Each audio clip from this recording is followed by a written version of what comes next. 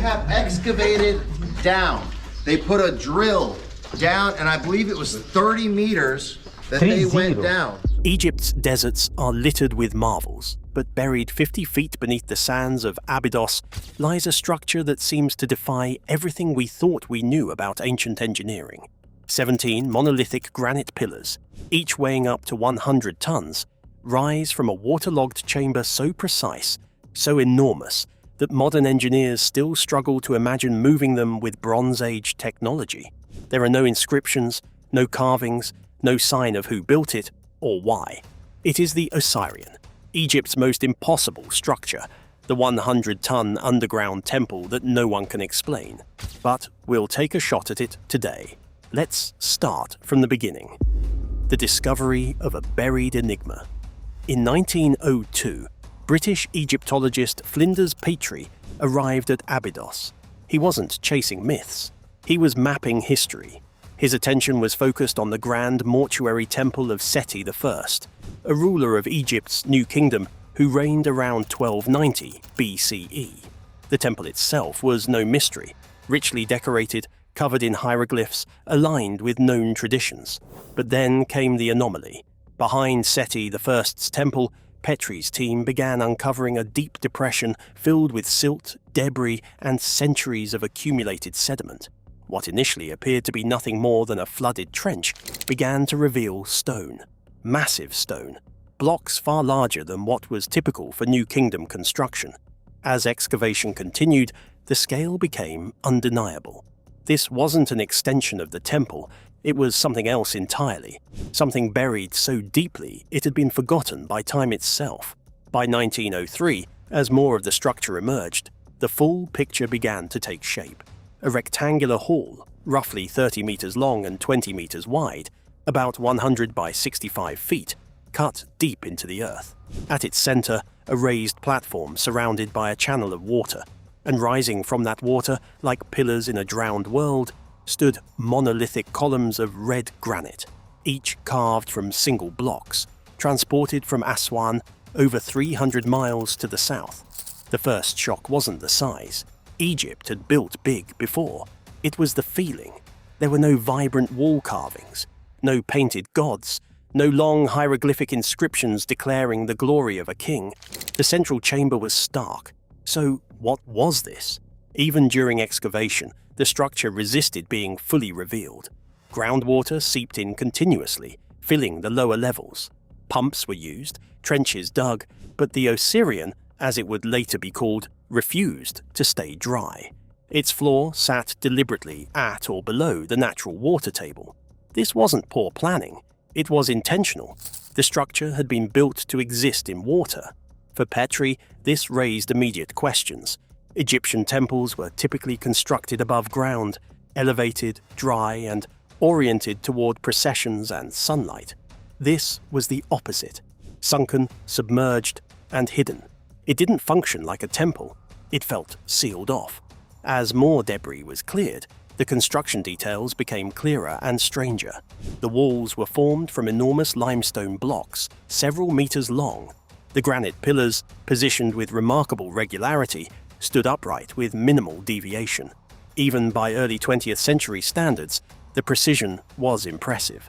By ancient standards, it was staggering. And yet, there was no clear explanation. Because while the structure was physically connected to Seti I's temple through a corridor, stylistically, it didn't belong. The temple above was unmistakably New Kingdom, ornate, decorated, and inscribed. The chamber below felt older in design philosophy, heavier, simpler, almost as if it had been built to endure, not to impress. Petrie and his colleague Margaret Murray documented what they saw carefully, but even in their reports, there was a tone of uncertainty.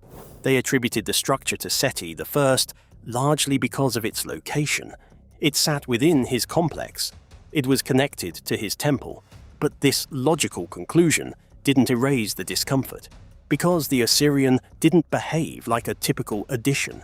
It was clearly not meant to be seen by crowds. Maybe it was supposed to be accessed by a select few, or maybe not accessed at all. The deeper they studied it, the more it resisted simple classification. Was it a symbolic tomb, A cenotaph dedicated to Osiris, whose cult was centered at Abydos? When Seti I built his temple, did he fully understand what lay beneath it? Or did he encounter something that didn't quite fit and choose to build around it, all without ever fully explaining it? Well, that's what we intend to answer today. Megaliths and precision, engineering that feels impossible. Beneath the burning sun of southern Egypt, at Abydos, lies a structure that defies casual understanding. The Osirion, hidden 50 feet underground behind the temple of Seti I, is not just a tomb or a temple. It is a monument to scale, to ambition, and to precision so exacting that it still baffles engineers and archaeologists alike. The first clue to its audacity comes in the massive red granite pillars, 17 of them, each carved from single blocks quarried in Aswan, roughly 400 kilometers, or about 250 miles, south of Abydos. Moving granite of this size in any era is no small feat. Some scholars estimate that individual pillars weigh between 60 and 100 tons. To put that in perspective, a modern semi-truck carries barely 30 tons. Ancient Egyptian engineers would have moved these giants using boats on the Nile, sledges dragged over lubricated sand, and hundreds of men coordinating every step with painstaking rhythm. Yet these blocks are more than transported. They are placed with precision. Inside the central hall, the pillars stand perfectly vertical, spaced with remarkable uniformity. Recent laser measurements show deviations of less than 1 degree across all 17 monoliths. For a structure buried deep, partially submerged in water, this level of precision is extraordinary. The alignment isn't random. It's deliberate. It mirrors the geometrical rigor seen at the Giza Plateau that feels minimalist, austere, and almost secretive.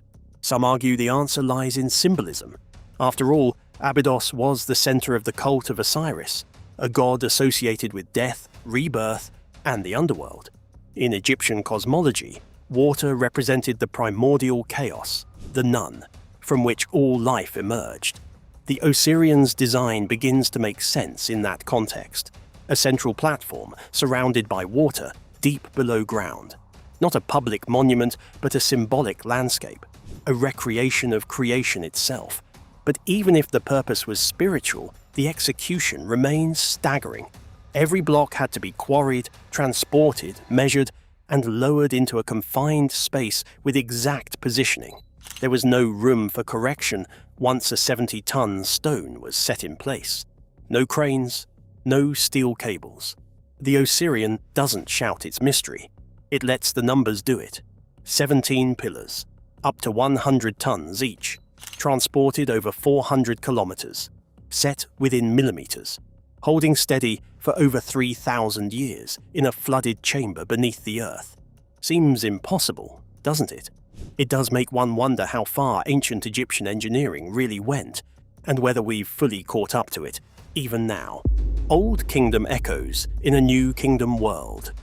The Osirion's massive red granite pillars, each weighing between 60 and 100 tons, rise like silent sentinels, but they are not adorned with hieroglyphs or depictions of gods. The limestone blocks forming its walls are enormous, some stretching over 20 feet in length, but fitted with minimal mortar and no ornamental friezes. The hall itself is rectangular, roughly 30 meters long and 20 meters wide, and its central platform is encircled by a channel of water, reflecting light in a way that makes the chamber seem both vast and secluded. It is a design philosophy that recalls the pyramid-era temples of Giza, large, monolithic, meticulously placed stones forming a sacred space with minimal embellishment. Compare this to the New Kingdom temples above ground. Seti I's mortuary temple, constructed around 1290 BCE, is richly decorated with hieroglyphs, relief carvings of gods, and elaborate processional halls. Every wall is a narrative, every column a statement of royal power. In the Osirion, there is none of that. The absence of inscriptions and decorations gives the central chamber an anonymous aura. The engineering itself is Old Kingdom in spirit. Cyclopean masonry techniques, which involve massive stones fitted together with astonishing precision, are characteristic of the Valley Temple and the Sphinx Temple at Giza, both dated to around 2500 BCE. The Osirion echoes this. The granite pillars stand perfectly vertical, aligned with millimeter precision, while the limestone walls are so tightly joined that in places a sheet of paper cannot fit between them. So, was Seti the first deliberately imitating a style that had long been abandoned, reviving old kingdom techniques as a form of religious or political symbolism? After all, Abydos was the cult center of Osiris, and the use of water, heavy monolithic stones, and stark geometry could have been intended to evoke primordial creation, the cosmic waters of Nun, or the divine order of the earliest temples. Imitation of earlier forms was not unheard of. Archaism was a deliberate strategy in Egyptian architecture to link a ruler with a revered past. On the other hand, some archaeologists have entertained more provocative theories. Could the Osirion represent a survival of techniques from the Old Kingdom?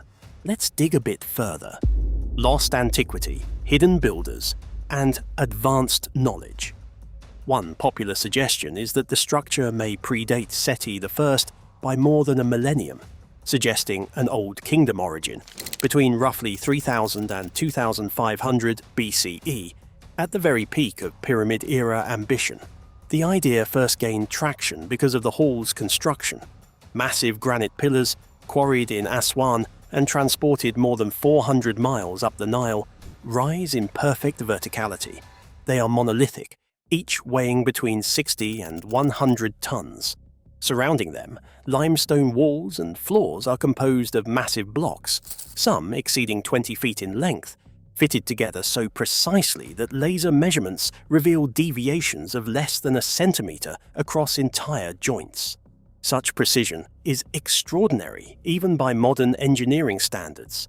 It is this combination of scale and craftsmanship that has fueled speculation that the Osirion represents knowledge far advanced for its purported time. When Flinders Petrie first excavated the site in 1903, the lack of inscriptions or decorations in the central chamber immediately confounded researchers. Unlike the ornate halls of Seti I's New Kingdom Temple, every wall of the Osirion is blank, every stone austere, save for subtle tool marks. These marks, upon close analysis, reveal an advanced understanding of stoneworking. Some tool impressions indicate cutting techniques that, with the tools attributed to the Old Kingdom, would have been nearly impossible to achieve with such clean, precise results. Copper chisels and dolerite pounders could shape granite to a degree, but reproducing the uniform smoothness of these pillars is a challenge that modern experimental archaeologists still struggle to match. Adding to the puzzle is the structure's water design. The central chamber sits deliberately below the natural water table, creating a flooded hall that interacts with Nile water levels. When the Nile rises during seasonal inundation, the Osirion floods in proportion. When the river recedes, the water level drops accordingly. Hydrological studies demonstrate that the channels and circulation systems embedded in the stonework maintain a constant water flow, preventing stagnation. This suggests not accidental flooding, but deliberate hydraulic engineering, intimately tied to symbolic cosmology. In Egyptian religious thought, water represents the primordial Nun, the source of all creation.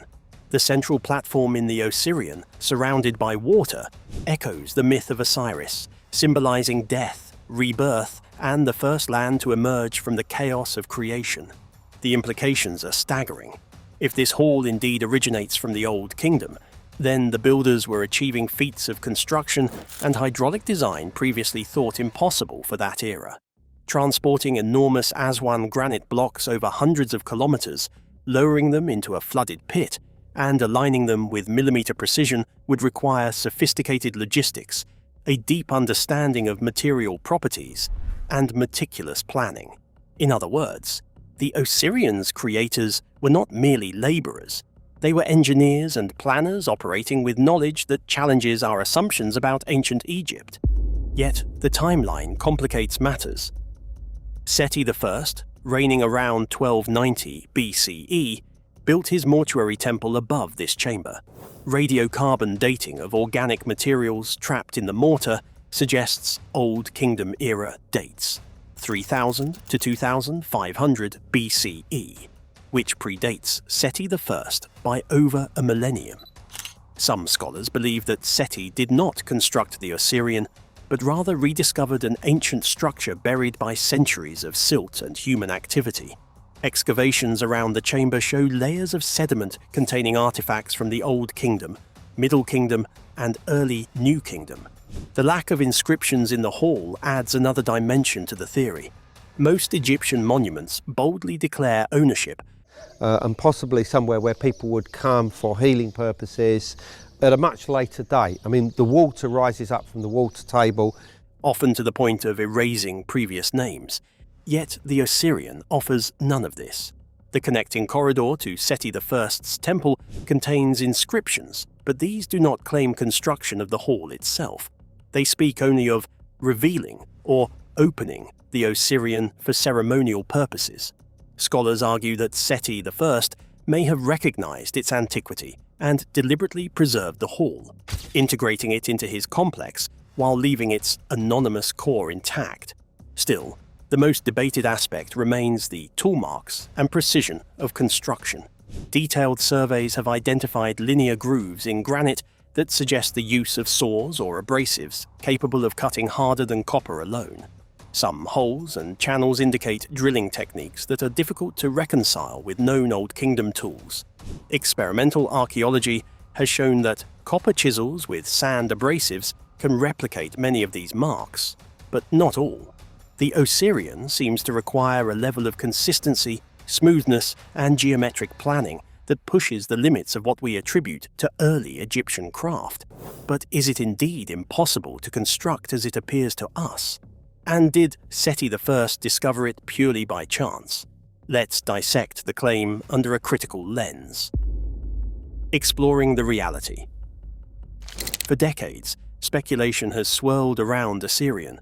Could this be an Old Kingdom relic built between 3000 and 2500 BCE, lying buried for over a millennium before Seti I's reign around 1290 BCE? The thrill of that possibility has captured imaginations, but the reality is more nuanced, no less impressive, and no less mysterious.